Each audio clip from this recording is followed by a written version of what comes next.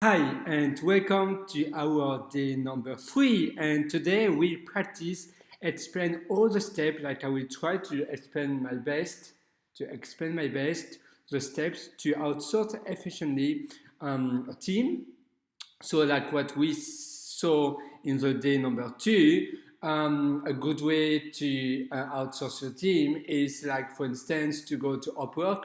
On Upwork is really good because you can actually you have a lot of companies on Upwork, and they have a lot of different teams. So they have a project manager, they have a manager, they have developers, they have QA as well. They have a lot of teams, and you can not really bother. I mean, bother. What do I say? Not really rent or acquire the whole team, but they will work for you and for different companies, which will be the cheapest. But you can also just hire a whole team just for you working full time.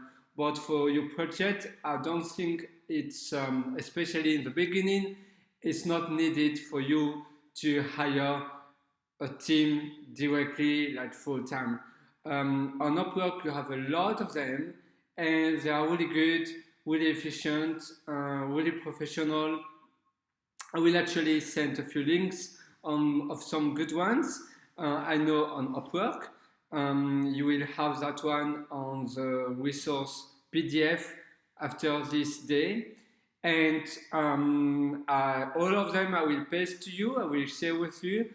I used them and I was really happy. And I will never share with you some that I wasn't happy. So don't worry, but now feel free also to find the ones you think is better for you, the need you are looking for, because obviously everybody has different needs. And you can go, you don't even have to go to Upwork. You have a lot of companies. Just try to Google, because this is changing a lot, and it changes, and maybe in 1 year, in 2 years, in 3 years, it will be different. The companies won't be there, it will be different companies, but just, look for outsourcing a dev team part-time, something like that. You can also have a look on Fiverr, like what we said, what we saw yesterday on our day number 2. On Fiverr, you can also outsource some good marketing people. So they will actually, like, for instance, promote your app on on Apple. What's the name? Apple Store Ads. So actually, I think here the name is search ads .apple.com. Right now, unfortunately, I don't have internet, but the URL is that one. Have a look on that one, search ads.apple.com, and you have the same for Google Play. Google Play ads. You also have Universal, but now it's again Google Ads as a name. Search for Google Ads Play Store, and the same for Apple Search Ads. And there you have some people helping for you on Fiverr, but they won't do much, basically, you will pay them, so you don't have to create an account, you don't have to set the ad, some text. I mean, actually, on Fiverr, they will ask you what's the name of your dating app, please give us some keywords. So you still have to give them some information, some pieces of information, but it's really up to you what if you want to do it by yourself. In my case, maybe in the beginning you can, for the first few weeks, you can do it by yourself, but after, just hire someone on Fiverr. It's really cheap, so you can try a bunch of different ones. You will have to spend money. It's not really wasting money. Obviously, it's not. You have to test, and if you don't test, sometimes we just want to hire directly the perfect freelancer. But unfortunately, that won't happen. You will always, unfortunately, have not really good freelancers. I won't say that you will be scammed. Sorry, you won't be scammed, but I mean, you could, but if you are careful, if you check the reviews, you won't, but some are not that good. Although the reviews are good, some are not that good. Now on Upwork and on Fiverr, you can always, if the person doesn't deliver the work they displayed, you can chat with Fiverr, Upwork, and so on and so forth, and they will refund you. Usually for that, they are quite good. They will refund you directly. So that's why actually it's good to work with this kind of platform and not directly to the freelancer one-to-one. Now, obviously, Fiverr, Upwork, they take commissions. Upwork, you will have to pay directly. Fiverr, I think it's the freelancer who has to pay commissions. At least it was it was like that before. It's not a commission, so it's a fee that Fiverr takes from the freelancer. But on Upwork, you have to pay a little, even as not as a freelancer, but as you, as the one who hires a team or someone. But it's okay. It's not a lot, but we have to pay some fees. But it's really good because you can then just focus on the strategy of your business, which is really important. And I was telling you actually now that for the first 3 weeks, you can do it by yourself. And so by doing by yourself, please screencast your what you do and create procedure. So everything you do, screencast, have the habit to screencast everything you do. You can use, by default nowadays, like for instance on Mac, you have QuickTime allows you to screencast. You also have iMovie, also included, for free, but you have to download it, include it with Mac, and you can screencast as well. On iMovie, it's nice because if you screencast everything you do, obviously you have some parts that you don't want to share with a freelancer, and you can cut those parts.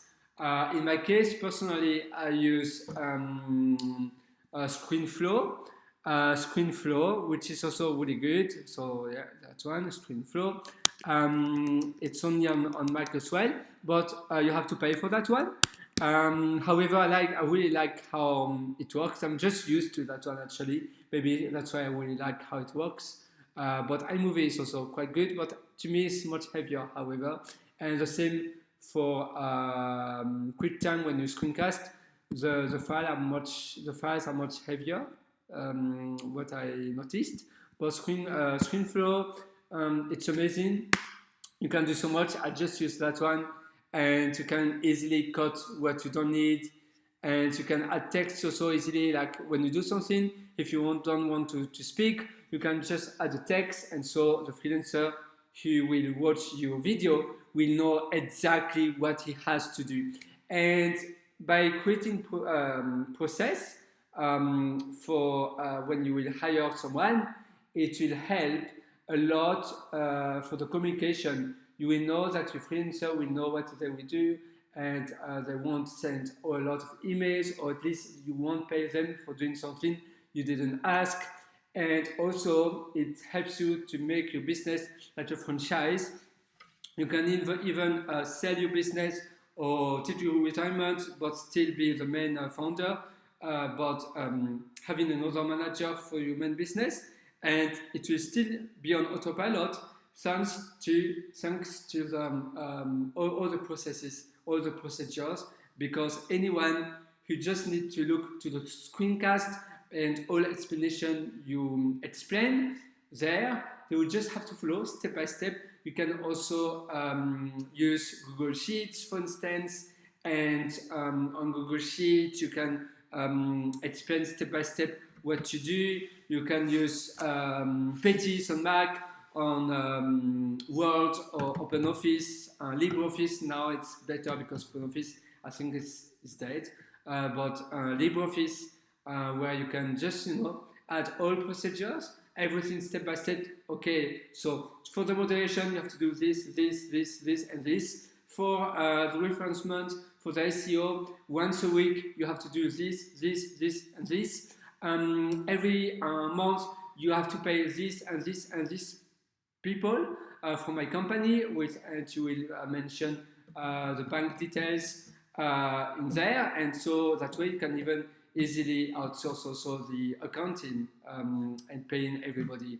And you can you can also say, like, I don't know if you have a affiliation program on your dating website, dating app. You can also hire someone who will manage all these kind of things, and by creating a procedure, a process for it, and even screencasting what the person has to do. You can also say, okay, at the end of every 3 months, you have to pay the affiliates who reference someone, and the person really completed the registration, so it's a valid user referral, so you can pay that person that kind of amount, and so on and so on and so on. You see, so it's a really good way to outsource everything, and so to run your business on autopilot. And you can even create a wiki, that if you use MediaWiki, it's really good, because MediaWiki is actually the one, they use PHP, but it's the one used by Wikipedia, Wiki YouTube, Wiki, all wikis almost are done with MediaWiki. It's free. You just need to host it somewhere, but it's quite good as well, and it scales. But you have a lot of different wiki nowadays. You can just use, I don't know, you can also use just Notion, or just a SaaS for your wiki. You have a lot of different ones. Which one else you have? Well, just look, I might also add some links in the bottom in the reference page. I mean, maybe I will send another PDF document to you, and where I will mention all the best wiki platforms you can use. And so when you hire someone, a freelancer, they will just have to follow the wiki for the category that we do. So you have like some sections just for marketing, a section for marketing, a section for sales, a section for the development part. You can use Trello as well to have like a kind of a Kanban board. So Trello is also really good. You can use Asana. I love Asana actually. It's also really good. You can use, there are a lot of platforms actually. Like I said, Notion to me is fantastic, and because they also allow you to create web pages actually. So that's a good part. But now you can use a lot of them. But really your job here is to process everything and to mention everything the person has to do step by step. That's just really what you have to do. It will probably take your whole day actually to do that, but after you will be free. And the more you do, every time you do a new task, do it by yourself first actually. That's the best. Screencast it once you really know the proper way it has to be done, and then you share it with the freelancer you hire. You can also upload the video on a private video on YouTube even, because Vimeo, for instance, is you have to pay quite a lot, and the platform is not really good. It takes a lot of time to upload videos. Dropbox, yeah, you can upload videos on Dropbox because they have a video player actually, so the person can directly view, play the video in Dropbox web interface.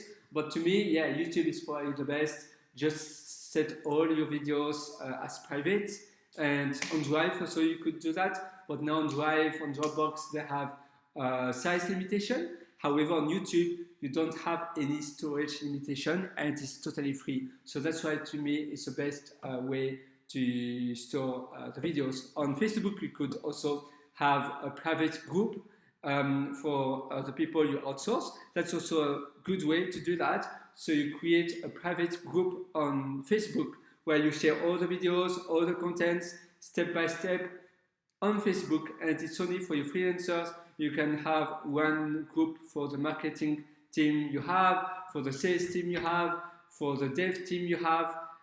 Yeah, that's also a really good way to do. There are actually not. I mean, you don't have just one way to do it. It's just where you are the most comfortable with, and always take the simplest option. Don't try to take one platform because it looks better, more fancy. No, just take the one you are comfortable with and the most simple one. Because if it's not the simplest, well, you know, all the process and why you outsource is to make your life simple. And everything here we want to do together is to have a simple and flexible lifestyle business. So if you don't take now, if you take a decision to take a complex platform, it won't make it simpler. And by the way, I mentioned MediaWiki. I want to tell you that MediaWiki is not the simplest platform. And especially when you host by yourself, it's not the simplest definitely, because you have a bit of maintenance, you have to update sometimes the version, and they release quite often a new version, so it's a bit a hassle, and MediaWiki is a bit outdated to me. I mean, Wikipedia, you know, it's like, it's a normal website, but there's nothing really, the navigation is a bit hard to navigate, so maybe try to use, I mean, you could actually just use some Google Doc actually, and store your things there. Now you can't search in Google Doc, so that's a bit annoying. Notion, like I told you, is good. Maybe a free wiki online is good as well. Try to see some dev wiki online for developers. You know, the wiki documentation platform for developers online, but you can use for everything. Sometimes, you know, it's not only, sometimes you don't think about that, but sometimes a platform that is used or made for certain kind of professions can also fit very well for you. So for instance, you could even have your wiki on GitHub. So just, you know, GitHub, you just create actually an empty repository there once you created your account, and they allow you to create a wiki where you can search everything. So the repository can be private for free now, since GitHub was acquired by Microsoft. And from the repository, you can just create a wiki, and it's free, and actually you can search very well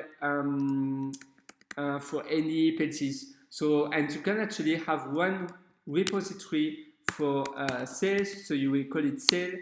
The other repository from your account, you will call it marketing, and the other one maybe dev, and all of them you will create a wiki. And then you just ask the freelancer to create an account on GitHub, and you can invite them once they share with you their username or their email. You can invite them to the private repository, and once you invited them, they will be able to see your wiki. So actually that's a really good way. I didn't thought about it. I'm a developer myself, so I use GitHub very often, and they have a really good wiki. So yeah, and you know, they won't die tomorrow, because now it's Microsoft, and GitHub is the biggest and also the best code hosting platform. Much better than Bitbucket. Bitbucket, I think they have wiki as well, but I really don't like it because, again, it's too complex, and yeah, it's not user friendly. The navigation is the UX, you know, the user experience isn't good on Bitbucket, and the same for you have another one which is and I forgot the name. You have Bitbucket, and you have another one. I just forgot the name. It's funny sometimes the name just, you know, I can't find it anymore. But yeah, GitHub is by far the best, and the user experience is really good. They are really really into, I mean, that to me, they are the best user-friendly, they have the best user-friendly interface. So yeah, you can use the wiki, it's free, it's online, you have no maintenance, and so again, it's about simple.